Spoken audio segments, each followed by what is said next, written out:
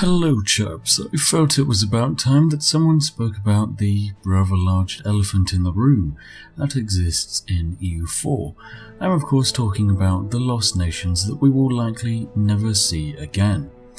This is of course because of the recent Mandate of Heaven DLC. Well, I say recent, it was quite a few months back when it was released. But anyway, the Mandate of Heaven DLC really revolutionised the Asian game completely. It's entirely different now. You've got a massive superpowered Ming that is able to tributize almost anything in the world, and it is definitely overpowered. There's no way to get around it. This entire nation is exceptionally too powerful. So what are the problems of that? Well, as I'm sure many veteran, well I say veteran, any EU4 players from back before Mandate of Heaven will likely all remember what it used to be like to have a mingsplosion. That was when the massive empire of Ming lost its mandate and the entire country would collapse. You would be seeing loads and loads of nations getting released and it would be incredibly exciting. The only problem is this never happens anymore. With all the tributaries everywhere, Ming is able to have a massively overpowered country, and out of the, I would say probably 25 games I've played since Mandate of Heaven, all of them Ming has stayed intact for the entirety of the game. It just doesn't really feel right. There's all these amazing nations that are designed to be played in China and none of them really appear. Anyway, as of this moment, Ming is definitely a problem as it is squishing quite a lot of the playability to be had in Asia, unless of course you are playing Ming or Japan, in which case you can have quite a nice, vibrant and fun game. There are currently only two ways to cause a mingsplosion, the kind of thing that we used to see almost every game in the old EU4. You either have to take the mandate from them, and that would involve going to war with them, which is incredibly difficult because if Ming happens to take quantity ideas, you're looking at a force limit well over 200 in quite early game.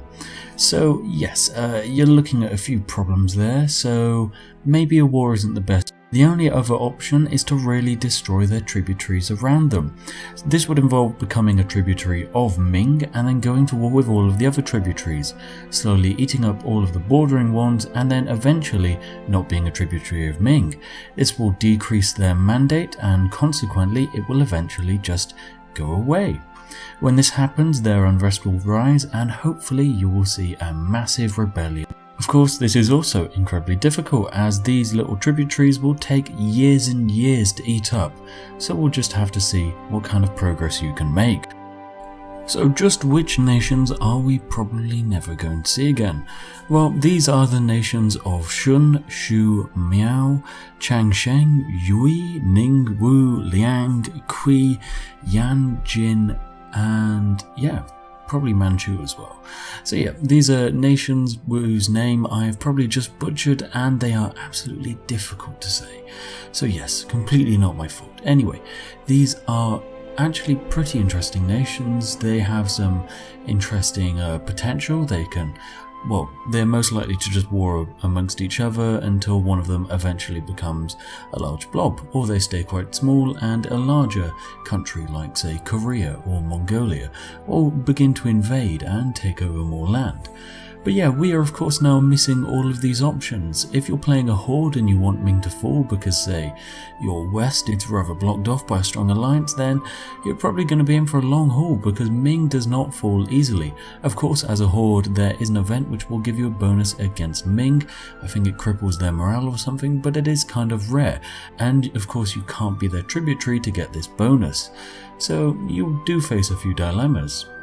Anyway, I know there wasn't really that much going on in this video, but it was mostly just a pause for a thought.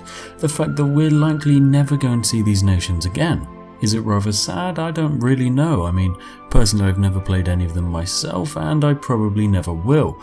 But it does feel like an aspect of the game has almost been entirely bypassed by some DLC.